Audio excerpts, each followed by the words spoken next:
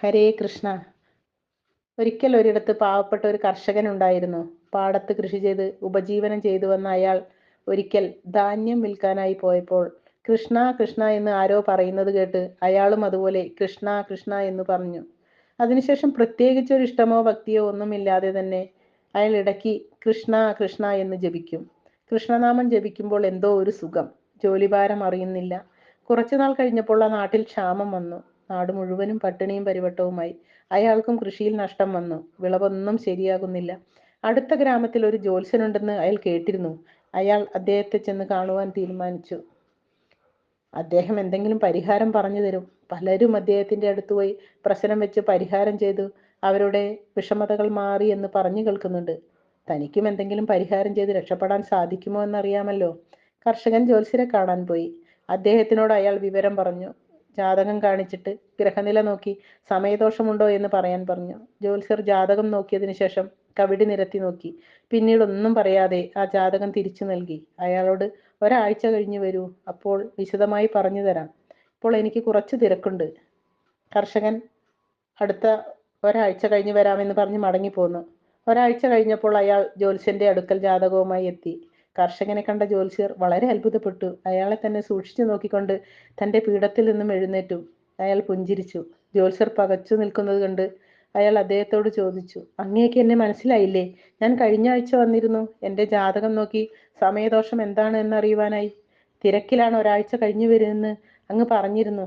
എന്താ മറന്നുപോയോ? ജ്യോത്സ്യർ അത്യത്ഭുതത്തോടെ പറഞ്ഞു, എനിക്ക് നല്ല ഓർമ്മയുണ്ട്. ഞാൻ നിങ്ങളെ മറന്നിട്ട് വേണ്ടേ ഓർക്കാൻ. പക്ഷേ നിങ്ങൾ ഇപ്പോൾ എങ്ങനെ ഇവിടെ എത്തിയെന്നറിയാൻ എനിക്ക് ആകാംക്ഷയുണ്ട്. കർഷകൻ ആശ്ചര്യത്തോടെ ചോദിച്ചു.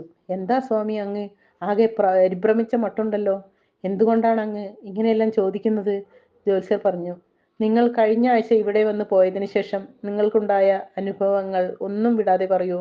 അതിനുശേഷം നിങ്ങൾ ചോദിച്ചതിന് ഞാൻ മറുപടി പറയാം. ഒന്നും മനസ്സിലാകാതെ അത്യാശ്ചര്യത്തോടെ കർഷകർ പറഞ്ഞു, അന്ന് ഇവിടെ നിന്ന് ഞാൻ വീട്ടിലേക്ക് നടന്നു. ഈ രണ്ടു ഗ്രാമങ്ങൾക്കുമിടയിലുള്ള ആ കാട്ടുവഴിയിലെത്തിയപ്പോൾ പെട്ടെന്ന് മഴ വരുന്നത് പോലെ ആകാശം ഇരുണ്ടുകൂടി. അതിശക്തമായ മഴ പെയ്യുമെന്ന് തോന്നി. നനയാതിരിക്കുവാൻ എവിടെയെങ്കിലും തങ്ങാൻ ഇടം നോക്കി. അല്പം ദൂരെ ഒരു പഴയ മണ്ഡപം കണ്ണിൽപ്പെട്ടു. ഞാൻ വേഗം അവിടെ നിൽക്കാമെന്ന് കരുതി അങ്ങോട്ട് പോയി. ഒട്ടും മനുഷ്യവാസമുള്ള ലക്ഷണം കണ്ടില്ല.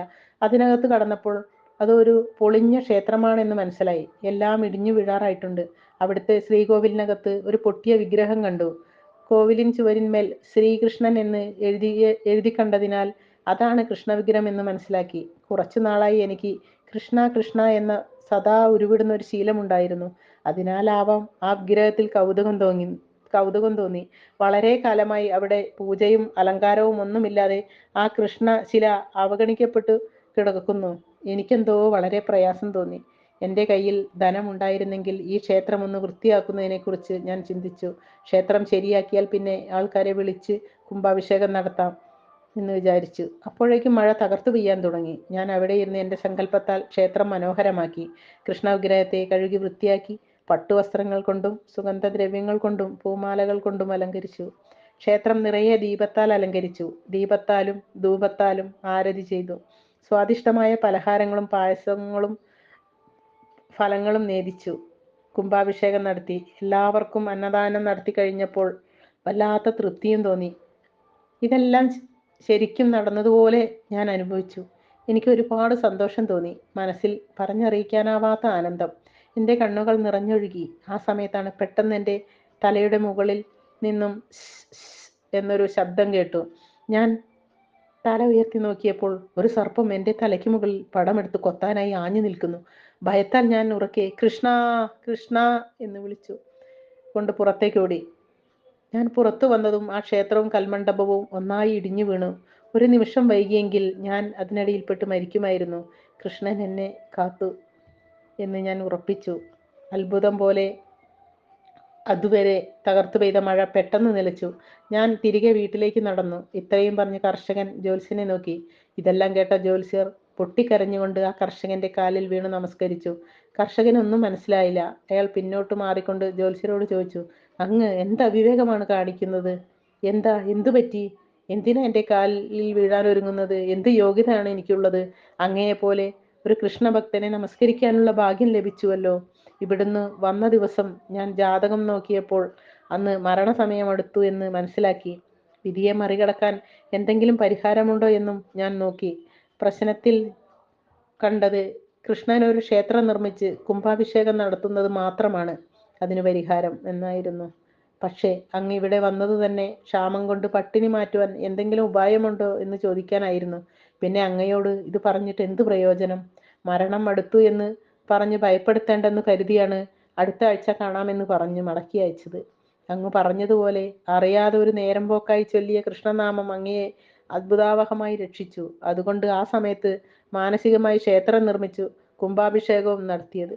ഒരു ക്ഷേത്രം നിർമ്മിക്കാനുള്ള ധനമോ സമയമോ ഇല്ലെന്നറിഞ്ഞ ശ്രീകൃഷ്ണ ഭഗവാൻ മാനസികമായി കുറച്ചു സമയം കൊണ്ട് തന്നെ അങ്ങ് നിർമ്മിച്ച ക്ഷേത്രത്തിൽ പരിപൂർണ സംതൃപ്തനായി. ഭഗവാൻ തന്നെയാണ് സർപ്പരൂപത്തിൽ വന്ന് ആ വലിയ ആപത്തിൽ നിന്നും ഒഴിവാക്കിയത്, അങ്ങയുടെ ജീവനെ രക്ഷിച്ചത്.